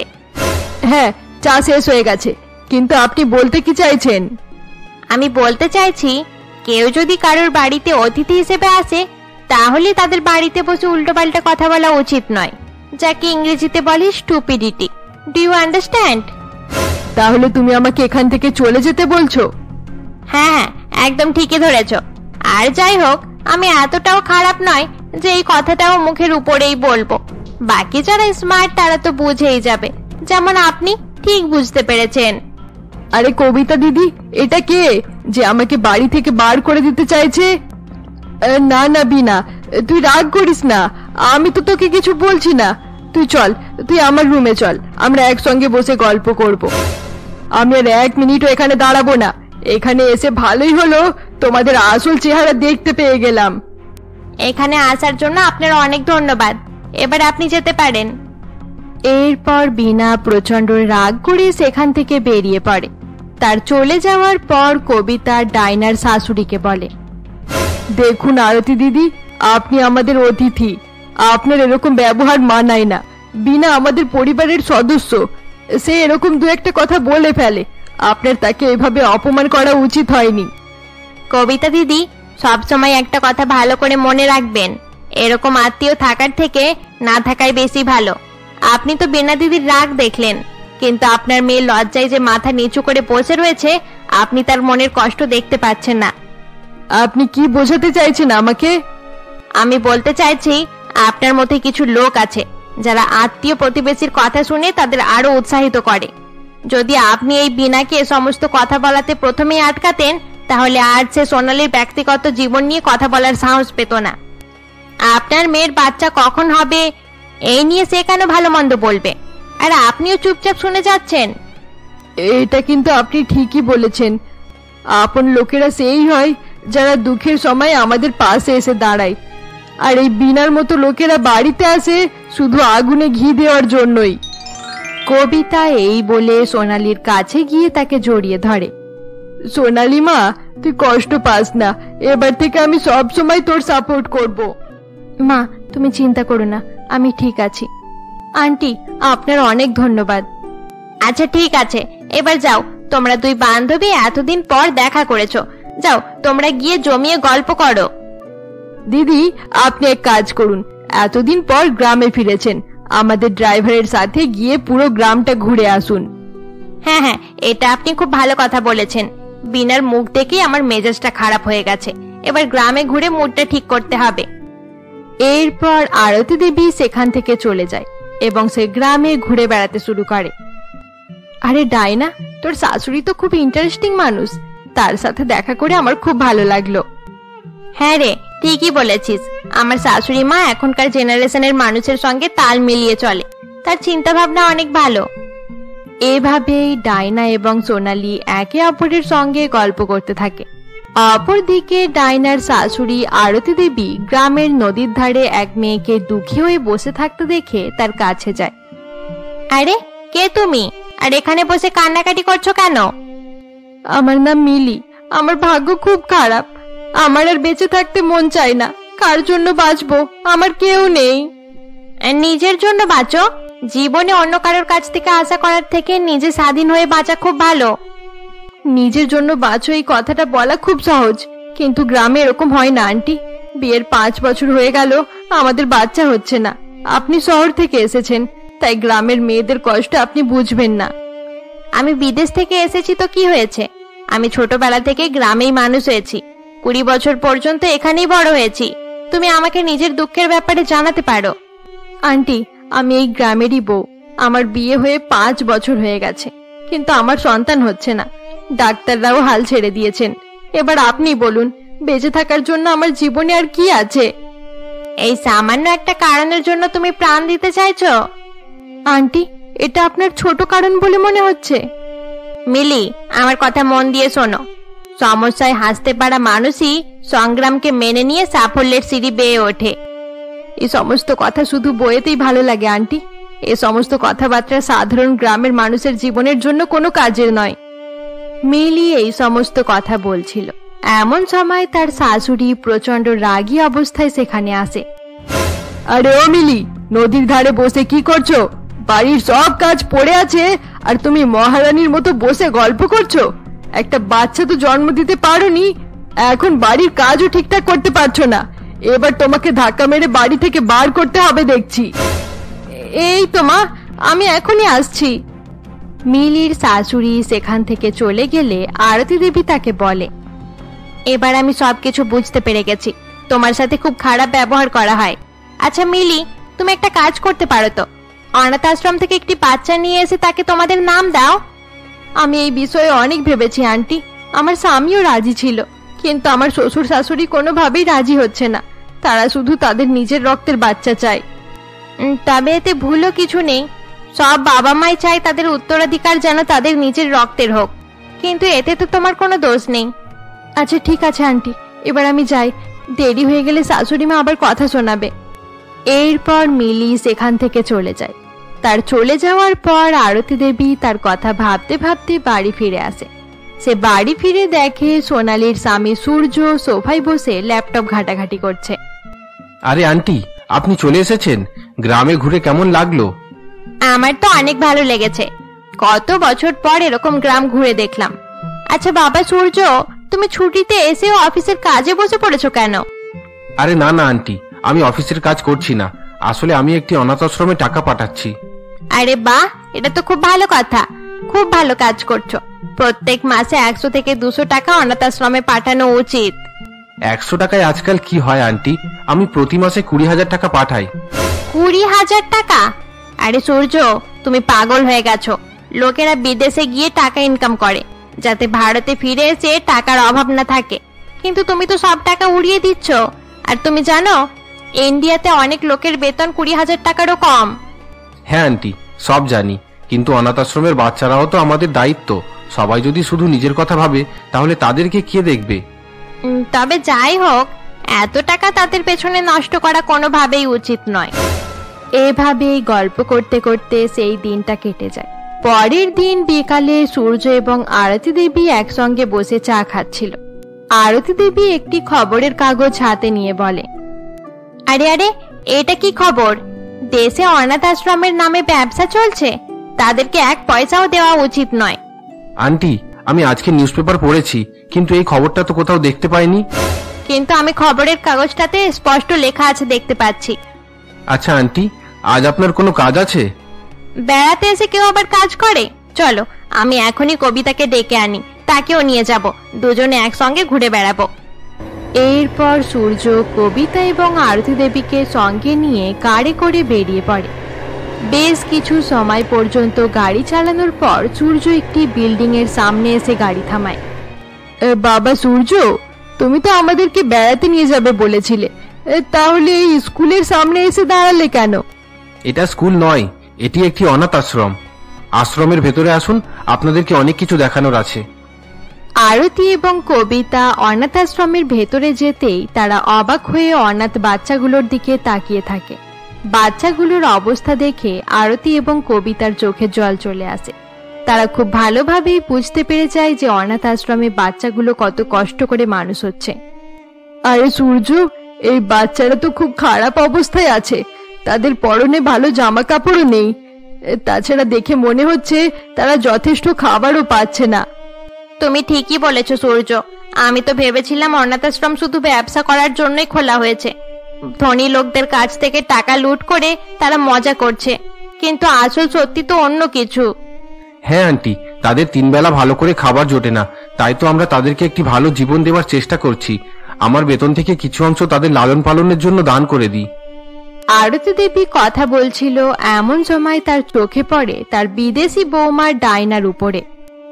আরে, এটা তো আমার বিদেশি বউ মনে হচ্ছে। ডায়না? আরে মম, আপনি এখানে কি করছেন? প্রথমে তুমি বলো, তুমি আমাকে না জানিয়ে এখানে কি করতে এসেছো? আরে আন্টি, আপনি জানেন না, ডায়নাই আমাকে এনজিওর ব্যাপারে সমস্ত কিছু জানিয়েছিল, যাতে আমি তাদের সাহায্য করতে পারি। সে তো অনেক বছর থেকে এই অনাথ আশ্রমে দান করে আসছে। আরে বাহ ডায়না, তুমি খুব ভালো কাজ করছো। এই বাচ্চারা যদি ভালো বাড়ি পেয়ে যায়, তাহলে তাদের জীবন সার্থক হয়ে যাবে। আরতি দেবী এই বলে কিছু চিন্তা ভাবনা করতে শুরু করে দেয়। তোমরা এখনই আমার সঙ্গে চলো, আমরা মিলির বাড়িতে যাব। কিন্তু মা, এই মিলিটা আবার কে? তোমরা আমার সাথে চলো, সবকিছু জানতে পেরে যাবে। এরপর কিছুক্ষণের মধ্যেই আরতি দেবী সকলকে নিয়ে মিলির শ্বশুর বাড়িতে পৌঁছায় এবং তার শ্বশুরকে একটি বাচ্চা দত্তক নেওয়ার জন্য রাজি করানোর চেষ্টা করে। না, এটা আমি কোনোভাবেই মানব না। বেশি বাড়াবাড়ি করলে মিলিকে বাড়ি থেকে বার করে দেব। আমাদের অন্য কারোর বাচ্চা দরকার নেই, আমাদের নিজের রক্তের সন্তান চাই। দাদা, বাচ্চারা তো ভগবানের রূপ, যদি আপনার কারণে কারো ভালো জীবন হয়, তাহলে এর থেকে ভালো কাজ আর কি হতে পারে? হ্যাঁ, আর রক্তের কথা বলছেন, গত বছর যখন আপনার অ্যাক্সিডেন্ট হয়েছিল, তখন তো আপনার বাড়ির চাকরি রক্ত দিয়ে আপনাকে বাঁচিয়েছিল। আর এখন আপনি কিভাবে রক্তকে নিজের আর পরের করতে পারেন, একটু ভালো করে ভেবে দেখুন। এভাবে কিছুক্ষণ বোঝানোতে মিলির শ্বশুর শাশুড়ি বাচ্চা দত্তক নিতে রাজি হয়ে যায়। সত্যি কথা বলতে আমরা মিলিকে খুব ভালোবাসি, কিন্তু সে এখনো আমাদেরকে নাতি নাতনির মুখ দেখাতে পারেনি। এই কারণেই আমরা তাকে ভালো মন্দ কথা শুনিয়ে আসছি, কিন্তু এখন মনে হচ্ছে আমরা খুব দেরি করে ফেলেছি। যদি আগে থেকেই অনাথ আশ্রম থেকে একটি বাচ্চা নিয়ে আসতাম, তাহলে এখন আমাদের পরিবার হাসি খুশিতে ভরে যেত। মিলি বৌদির সমস্যার তো সমাধান হয়ে গেল, কিন্তু আমার কি হবে? আমি বুঝতে পেরেছি সোনালি, যে তুমিও বাচ্চা নেওয়ার সমস্যায় ভুগছো। আরে, এটাই তো ভগবানের ইশারা যে আমরা কিছু ভালো কাজ করি।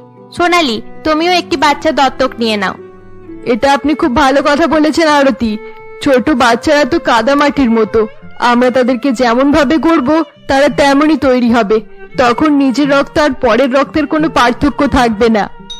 কিছুদিন পরে সেই অনাথ আশ্রম থেকে মিলি এবং সোনালি একটি করে বাচ্চা দত্তক নিয়ে নেয় এবং তাদের পরিবারের সকলে আনন্দের সাথে বাচ্চাগুলোকে গ্রহণ করে।